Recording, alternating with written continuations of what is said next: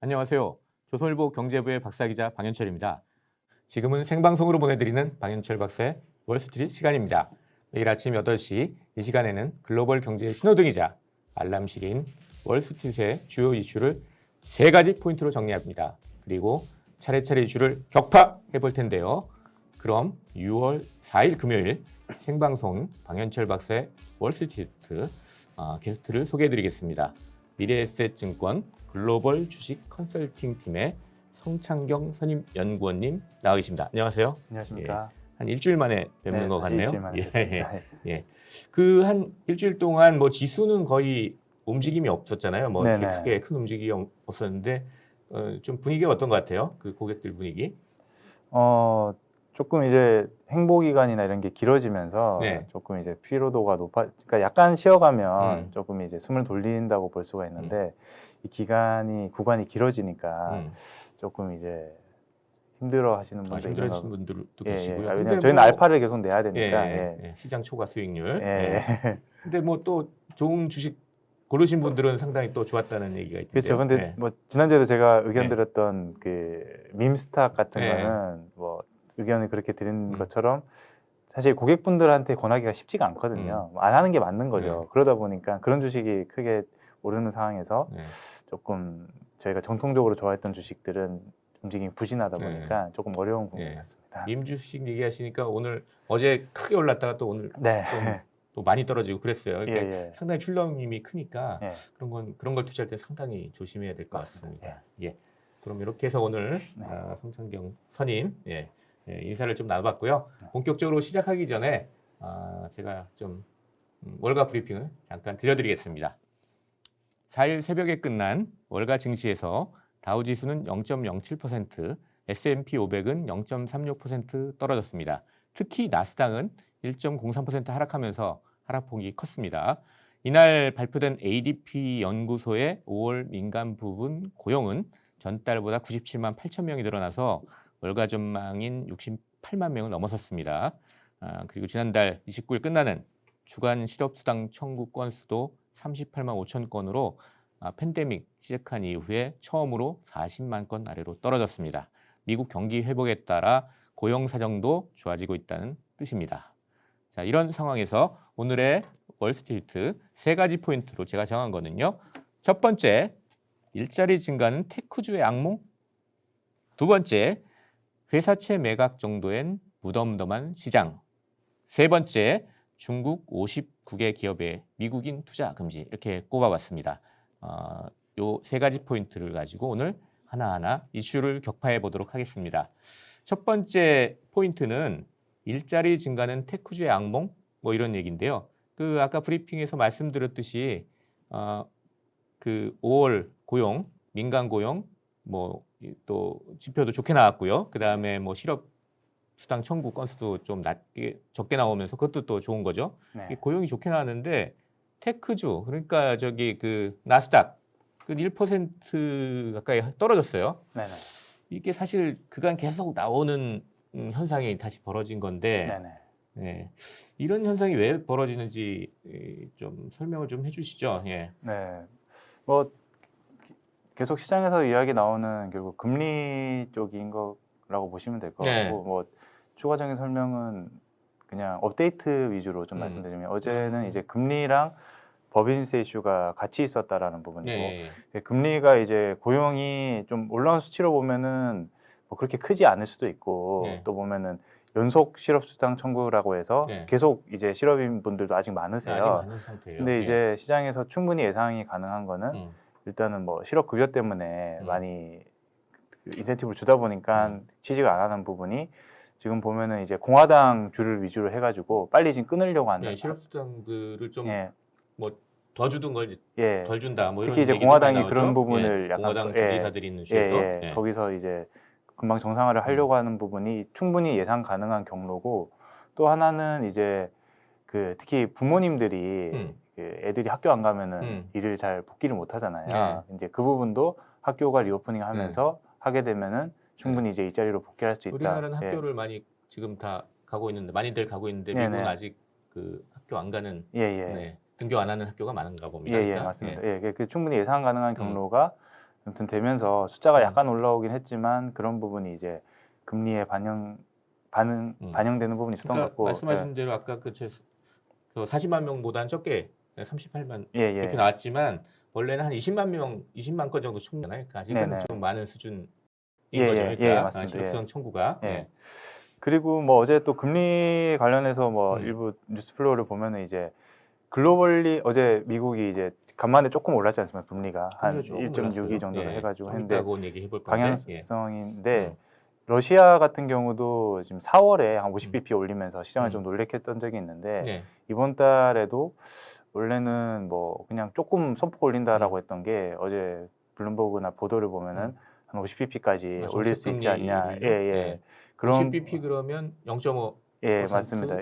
포인트 정도. 정상화가 빨라지는 거 아니냐라는 부분이 있고 그리고 미국 시장, 채권 시장에도 배경적으로 저도 오늘 뉴스를 보고 처음 알았는데 아무튼 국채를 계속 사고 있지 않습니까? 근데 지난주에 샀던 페이스가 그 속도랑 규모가 올해 최대라고 하더라고요. 그런 걸 봤을 때는 정부에서는 되게 안정화시키려고 했더라는 부분이 시장에 그런 흔적으로 남았던 거고. 뭐 연준이 지금 채권 사고 있는 그거 말씀하시는 건가요? 그게 이제 조금 지금 높은 페이스이기 때문에 낮추게 되면 또 효과가 어떻게 될지라는 그런 부분에 대해서 시장이 약간 퀘스천을 가지게 되었다. 그래서 금리가 사실은 오르게 되면 테크주도 그렇지만 소위 말해서 유동성의 수혜를 보는 저희 교과서적인 자산이 있잖아요. 금이 사실 실질금리에 반대로 움직인다고 하지 않습니까? 달러랑 실질금리에 반대로 움직인다고 하는데 어제 금 같은 경우도 거의 오랜만에 2% 가까이 하락한 게 전반적인 금리에 영향을 받았다라고 볼 수 있을 것 같고 금리는 뭐 이렇게 다 아시는 게 이제 최신 뉴스 위주로 말씀드렸고 법인세 같은 경우도 어제 이제 법인세 관련 뉴스 좀 나왔죠. 바이든 행정부의 법인세. 맞습니다. 지금 공화당하고 계속 그 폭을 줄이는 과정에서 일단은 뭐 민주당은 그 부양책 많이 하고 세금 많이 걷겠다. 근데 이제 공화당은 그 반대잖아요. 근데 이제 합의하는 과정에서 어제는 이제 전반적으로는 기존 21%에서 법인세 28%에서 21%에서 28%로 간다라는 부분을 많이 양보하겠다라고 한 게 전체적인 뭐 법인세 규모에서는 괜찮을 수 있는데 테크주 관련해서는 일단은 그 최저세율을 15%로 적용하겠다. 일부 뭐 마이크론이나 엔비디아, 퀄컴 같은 반도체 회사들이 여러 가지 뭐 법인세 감세 혜택을 많이 받기 때문에 한 자릿대입니다. 그러니까 투자를 많이 하면 좀 많이 좀 법인세 깎아주나 한 5에서 한 7% 정도 수준이라 그쪽이 일단 더 타격을 전체적인 법인세 부담이 낮아져도 그러니까 적어도 15%는 내게 하겠다. 법인세. 근데 지금 테크 기업들 뭐 반도체 기업들 같은 경우는 굉장히 낮죠. 한 자릿수인데 그거보다 더 많이 내야 된다 이런 이슈가 있군요. 그러니까 그다음에 플랫폼 회사 같은 경우는 해외 법인이 있는데 해외 법인 같은 경우는 이제 길티라고 해서 이제 해외 무형자산에 대해서 세금을 매기는 게 한 10% 수준이었는데 그게 또 올라갈 수 있어서 여러 가지 테크주는 뭐 반도체는 반도체대로 투자한 금액에 대해서 공제받던 부분이 좀 제한될 수 있는 거. 그렇게 그다음에 플랫폼주들은 해외 법인에 대해서 구글 뭐 이런데 맞습니다. 아마존 뭐 이런 해외 법인 그런 부분들이 조금 더 이제 법인세 부분도 테크주에 안 좋았다. 계속 나오는 흐름이긴 한데요. 아무튼 뉴스프로 계속 누적되고 있다라는 거고 하나 이제 참조할 만한 사례를 말씀드리고 싶은 거는 과거에 세금 관련해서 미국이 뭐 여러 번 있었는데 지난번에도 뭐 장기 계획도 말씀드렸는데 세금 이슈가 있을 때는 뉴스플로우가 이렇게 계속 누적이 될 때 주가가 부진하고 확정이 됐을 때부터는 통계적으로 주가가 올랐습니다. 그러니까 그 민주당하고 공화당에서 의회에서 뭐 확정을 딱 시키면 오를 수도 있다. 세금이 올라가서 EPS에 안 좋다고 해도 확정됐을 때 주가가 올랐어요. 그래서 그런 부분은 좀 참고하시면 좋지 않을까 싶습니다. 시장이 역시 제일 싫어하는 게 불확실성이라고 그러잖아요. 그런 거 어떻게 같습니다. 될지 모르니까. 일단 뭐 바이든 행정부는 이제 지금 현재 21%인 법인세를 28%로 올리려고 하는데 이제 그걸 좀 더 협상의 여지가 있다. 지금 여기까지 얘기했고 그다음에 또 방금 말씀하신 최저세율은 근데 15%로 하겠다. 해가지고 테크주들이 좀 약세를 좀 본 것 중에 하나의 원인이 됐다. 이렇게 보면 되겠습니다. 그러니까 실제 보니까 팡주 중심으로 해서 상당히 좀 많이 떨어졌어요. 그러니까 페이스북이 뭐 페이스북 0.95% 떨어졌고, 뭐 애플, 아마존, 넷플릭스 뭐 다 1% 넘게 떨어졌습니다. 구글 모회사인 알파벳도 1% 가까이 떨어졌고요. 특히 테슬라가 또 왕창 떨어졌어요. 5% 넘게 급락했는데 요건 좀 다른 이슈가 좀 더해져 있죠, 그러니까. 지금 뭐 테슬라는 첫 번째로는 뭐 리콜 이슈가 뭐 볼트 때문에 볼트 결합이 최종적으로 그러니까 마감에 대해서 계속 테슬라가 기존 완성차 업체들의 입지를 보여주는 게 어제 같은 경우는 뭐 GM하고 포드도 많이 올랐지 않습니까? 6, 7% 가까이 올랐는데 그러한 라인을 깔고 그 생산 라인을 만드는 거에 대해서 상당한 해자가 있고 노하우가 있다라는 게 시장에서 좀 갑론을박이 있었는데 지금 최근에 다시 테슬라를 보면은 그런 마감에 대해서 볼트 문제나 어제 같은 경우 안전벨트 이런 것들이 좀 안 됐다라는 게 원래 자동차 만들던 회사는 아니니까 거기선 좀 문제가 있을 수는 있겠네요. 그러니까 이 완전히 컴퓨터화된 자동화된 이런 시스템은 테슬라가 앞서 있지만 맞습니다. 그러니까 볼트라든지 안전벨트 이런 데 좀 문제가 있지 않냐 이런 얘기가 나온다는 거죠. 그러니까 리콜도 하고 있고. 그리고 어제 같은 경우에 이제 핵심 시장 중에 하나인 중국에서 좀 판매량이 많이 공식 데이터는 아니고 좀 줄었다라는 것도 있었는데요. 그런 게 조금 그런 개별 이슈들도 좀 영향을 이제 테슬라에는 미쳤다. 이제 문제는 이제 그 사실 미국 시간으로 4일날 나오는 5월 고용 지표입니다. 오늘 제 나온 소식들은 민간에서 지금 집계한 거고 실제 이제 정부에서 발표하는 고용 지표가 여전히 이제 관심인데요. 그게 이제 4월 달의 경우 이제 민간 고용, 그러니까 오늘 나온 민간 고용이 74만 2천 명 증가했다고 했지만 고용부 공식 집계에서는 26만 6천 명 늘어났다고 그래서 이 꽤 간격이 컸거든요. 그래가지고 좀 충격을 줬었는데 이제 또 월가도 이제 그때 100만 명 늘어난다 그랬다가 그 26만 6천 명 늘어나니까 시장에 좀 충격을 줬잖아요. 맞습니다. 실제 이제 미국 고용부의 정식 고용 지표 발표 얼마나 나올지 이게 이제 시장의 관심이 될 것 같습니다. 요거를 좀 더 지켜봐야 할 것 같습니다. 자, 이렇게 해서 이제 첫 번째 이슈, 테크주에 지금 뭐 일자리 늘었다는데 왜 테크주가 이렇게 약세냐, 뭐 이런 얘기 해봤습니다. 두 번째 이슈는 이제 회사채 매각 정도엔 무덤덤한 시장 이런 얘기인데요. 그러니까 무슨 얘기냐면 오늘 그 채권 시장에서는 아까도 잠시 얘기했지만 10년 만기 국채 이게 이제 채권 시장의 기준 지표로 보는데 이게 연 1.63%로 마감했습니다. 그러니까 전날보다는 0.04%포인트 상승한 건데요. 조금 상승했는데 이게 원래 고용 지표가 좋게 나오면 채권 금리가 항상 상승하는 이제 추세였으니까 그다지 이게 충격적이진 않다 이런 얘기입니다. 이런 얘기인데 문제는 뭐냐면 그 전날 이제 연준이 보유하고 있는 회사채를 팔겠다 그랬어요. 근데 팔겠다 하는 게 상당히 뭐 충격적인 뉴스가 될 수 있지 않을까 이런 전망도 있었는데 전혀 시장은 그거에 대해 그다지 그렇게 크게 반응을 하지 않았다 이런 얘기입니다. 그러니까 뭐냐면 미국 연준이 지금 작년에 코로나 위기로 이제 심지어 지금 국채도 사고 있지만 회사채도 샀거든요. 이게 원래 중앙은행이 회사채는 안 사잖아요. 맞습니다. 보통 할때 그 국채나 이제 미국 연준 같은 경우는 모기지증권이라 해서 부동산 채권 이런 걸 사는데 작년에 너무 이제 시장이 얼어붙으니까 회사채도 사줬거든요. 그래가지고 107년 역사상 처음으로 이제 회사채를 샀습니다. 그때 산 게 한 142억 달러까지 샀다고 하는데 현재는 한 138억 달러 정도 보유하고 있다고 합니다. 근데 이걸 미연준이 이제 다 전량 이제 앞으로 매각할 예정이다 이렇게 발표를 한 거예요. 그래서 이게 혹시 테이퍼링의 신호 아니냐? 뭐 이런 얘기들이 시장에 또 나왔었거든요. 근데 생각보다는 전혀 그 뭐 채권 시장이나 이런 데 충격이 없는 것 같아요. 좀 왜 그럴까 좀 생각을 해보셨나요? 아니면 일단은 뭐 규모 자체가 지금 뭐 1,200억 달러를 매달 사고 있지 않습니까? 그 다음에 뭐 보유한 금액 자체가 지금 연준에서 한 게 7조 달러가 넘으니까 이게 기존에는 사실은 미국 국채가 뭐 달러 베이스고 그다음에 뭐 글로벌하게 가장 뭐 튼튼한 국가다 보니까 외국인 수요가 많았어요. 근데 외국인 수요가 더 많다가 최근에 역전됐습니다. 연준이 더 1위 보유자가 많이 됐어요. 그래서 연준이 더 많이 갖고 있기 때문에 국채 시장에서 맞습니다. 그래서 그런 것들이 외국인보다는 여러 가지 테이퍼링을 결국 할 텐데 이제 신호를 뭐 지난번에 이야기 나온 뭐 파월이 아닌 옐런 의장이 우회적으로 이야기하는 부분과 이런 식으로 하는 게 있는데 뭐 일단 이런 거는 그 정도의 함의가 있는 것 같고요. 제가 보면은 결국 말씀하신 그 긴급 국채 매입하는 프로그램에서 유통시장이 있고 발행시장이 있는데 발행시장 같은 경우 집행을 아예 하나도 안 했습니다. 유통시장만 좀 샀던 하는 건데 그때 위기가 절정일 때를 생각해 보면은 사실은 굉장히 이게 금융시장이 그 실제 경제를 흔들 수 있다라는 게 만약에 채권 쪽에서 세로포가 나오면서 금리가 튀게 되면 여러 가지 파급 효과가 있을 수가 있잖아요. 그렇죠. 예. 근데 연준은 그런 시기에 뭐 1차적으로 금리를 100bp 한 번에 낮추는 엄청 과감한 행동을 하면서 QE를 하면서 예, 거의 제로 금리를 안 치면서 예, 국채를 막 사들기 국채를 시작했죠. 사면서 예. 이렇게 회사채까지 사주는 프로그램을 하면서 시장에 안정 신호를 준 것 자체가 네. 그거 자체가 결국에는 굉장히 효과가 있었던 것 같고 만약에 이게 없었다고 하면 실제로 그러니까 지금 금액은 집행 얼마 안 했다라고 규모는 하지만 되게 작아요. 예. 집행 얼마 안 했다고 하지만 만약에 이 프로그램을 어나운스를 안 했다라고 하면 오히려 안 좋았을 수도 있을 것 같아요. 그래서 이 정책이 효과가 없었다라고 하기에는 조금 판단이 너무 앞서 나간 것 같고 그 어나운서가 했다는 것 자체가 의미가 있었지 않나 싶습니다. 약간 코로나 위기 때 어떤 시장의 안정 신호를 주기 위해서 한 지금, 거다.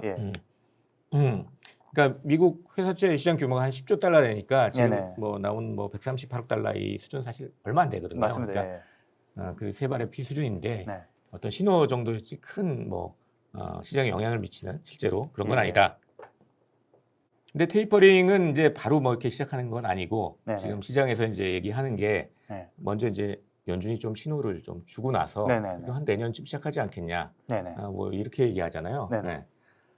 테이퍼링이라는 건데 이 회사채랑 상관없이 이제 국채하고 그러니까 모기 증권을 줄여가는 거 뭐 이렇게. 맞습니다. 그래서 뭐 지금 되겠죠? 시장에서 나오는 경로나 이런 걸 보면은 어제 같은 경우도 5년물 금리가 제일 많이 올랐어요. 그 말은 이제 단기보다는 좀 중기적인 시장 경로가 결국에는 안정화가 되면서 금리가 정상화되고 물가가 정상화된다라는 부분인데 그렇게 감안했을 때는 결국 뭐 지금 이번 FOMC는 아닐 거고 그러니까 2주 남았지 않습니까? 6월 달에 15, 16일 있죠. 그 7월 말 그 다음에 이제 잭슨 홀 미팅이라고 이제 글로벌 중앙은행에 또 있는데 그 정도 여름쯤 해가지고 좀 미리 예고는 하고 저번 같은 경우에도 한 6개월 정도 전에 예고를 했으니까 하게 되면은 지금 내년부터 해서 쭉 한 1년 정도 한 다음에 그 다음에 한 연준은 한 1개에서 2분기 정도 좀 추이를 보고 그러니까 이 결과에 대해서 분석을 한 다음에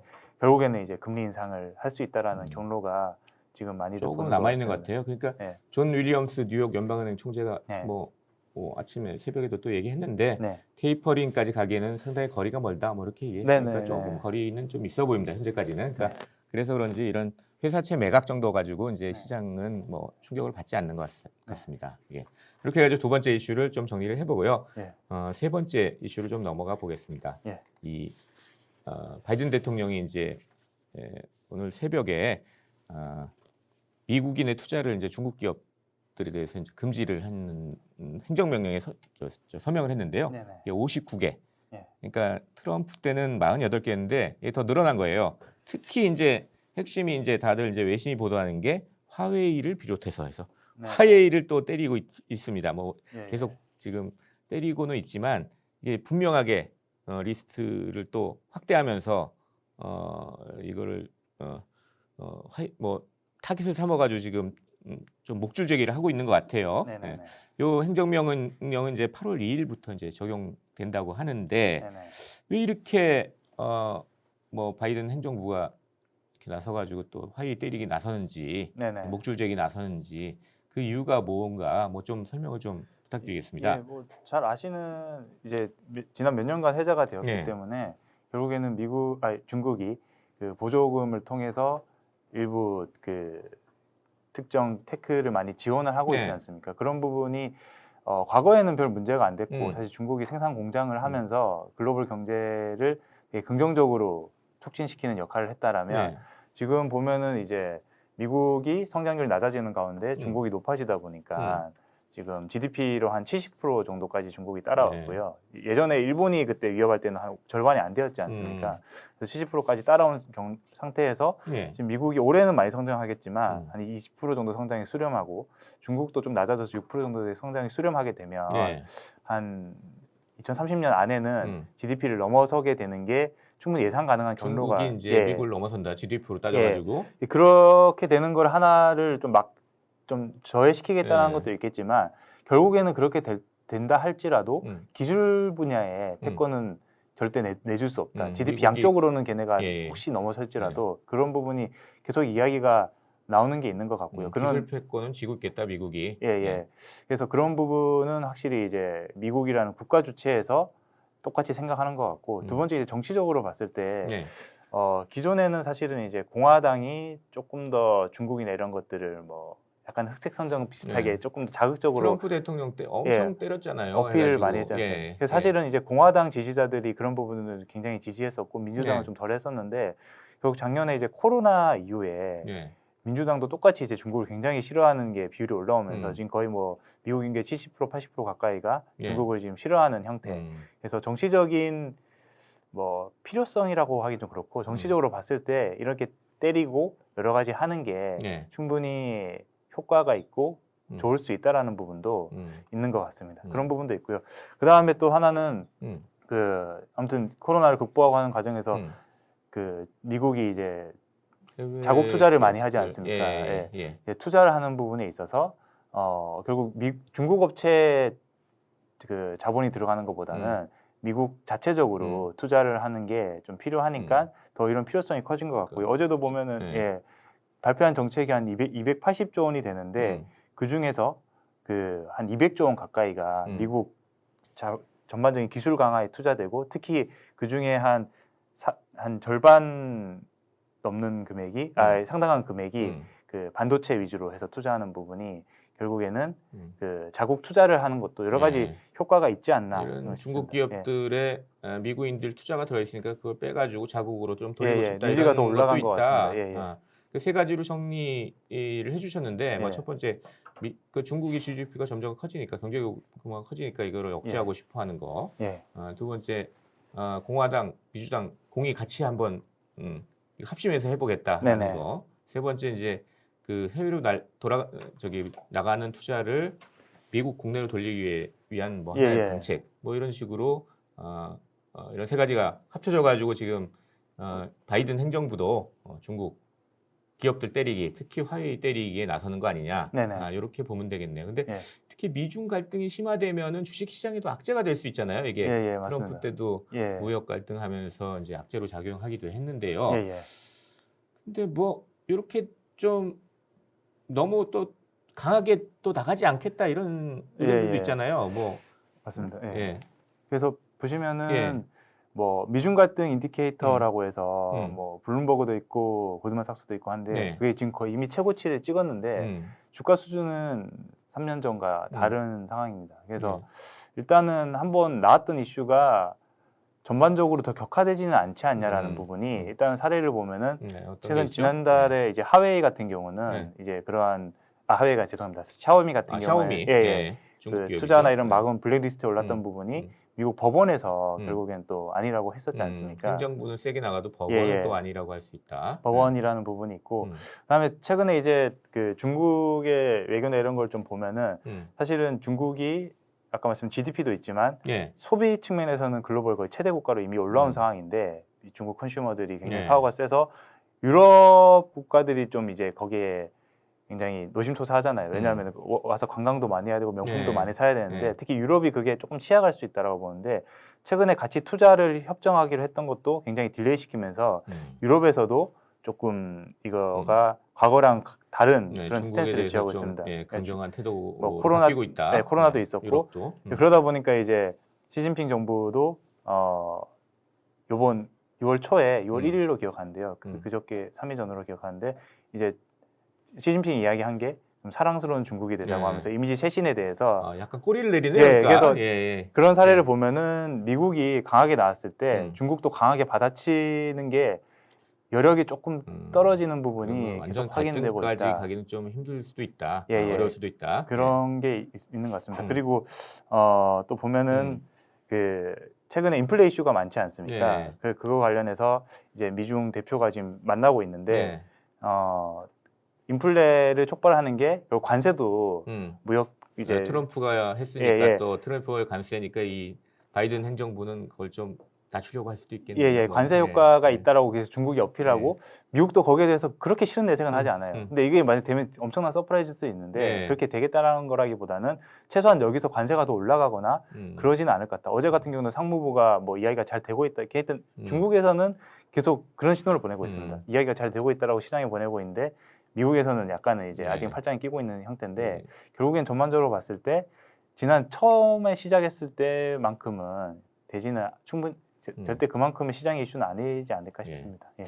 어디까지 갈지는 모르겠지만 일단 미중 갈등이라는 이제 지정학적 위험, 지금까지 크게 이제 월가는 이런 지정학적 위험을 좀 덜 신경 썼다고 하거든요. 그러니까 블랙독에서 나온 최근 보고서 보면은 이게 최근 투자자들이 이런 지정학적 이슈보다는 경제 회복이나 코로나 이후의 경제 회복이나 인플레이션 이슈에 지금 몰입하고 있는데 그게 아니라 또 지정학적 위험도 좀 생각해 봐야 된다 이런 얘기를 했어요. 블랙독에서. 그러니까 이전 그 미중 갈등 같은 지정학적 위험이 증시에 어떤 영향을 미칠지 좀 더 지켜봐야 할 것 같습니다. 일단 바이든이 또 오늘 저기 미국인들의 중국 기업 투자를 59개 기업에 대해서 투자를 금지하는 그런 행정명령을 냈기 때문에 좀 더 지켜봐야 될 것 같습니다.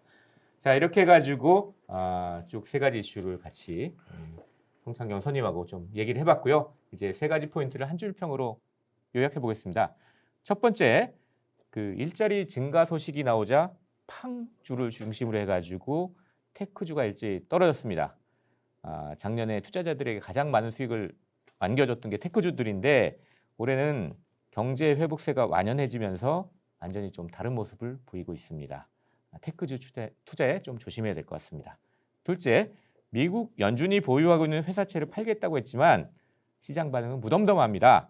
시장은 더 센 테이퍼링 신호가 언제 나올지 주목하고 있습니다. 테이퍼링 신호가 나오면 주가가 10% 떨어질 거라는 그런 전망도 있습니다.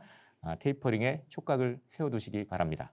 셋째, 트럼프 대통령에 이어서 바이든 대통령이 화웨이 같은 중국 기업들에 대한 미국인 투자 금지를 확대했습니다. 자, 미중 갈등과 같은 지정학적 요인이 다시 월가 증시를 뒤흔들지 주목됩니다. 고래 싸움에 새우등 터지는 게 한국 시장입니다. 눈을 부릅뜨고 미중 관계가 어디로 가는지 봐야 하겠습니다. 자, 6월 4일 금요일 생방송으로 보내드린 방현철 월스트리트 이제 마칠 시간이 됐습니다. 함께해 주신 구독자, 시청자 여러분들 감사드립니다. 다른 영상들에도 투자에 참고할 만한 고급 정보들이 있으니 참고하시길 바랍니다. 내일도 저는 8시 월스트리트를 세 가지 포인트로 진단하고 하나로 통합해서 이슈를 격파하는 방현철 박사의 월스트리트로 돌아오겠습니다. 지금까지 함께해 주신 미래에셋증권 글로벌 주식 컨설팅 팀의 성창경 선임 연구원이셨습니다. 감사합니다. 감사합니다.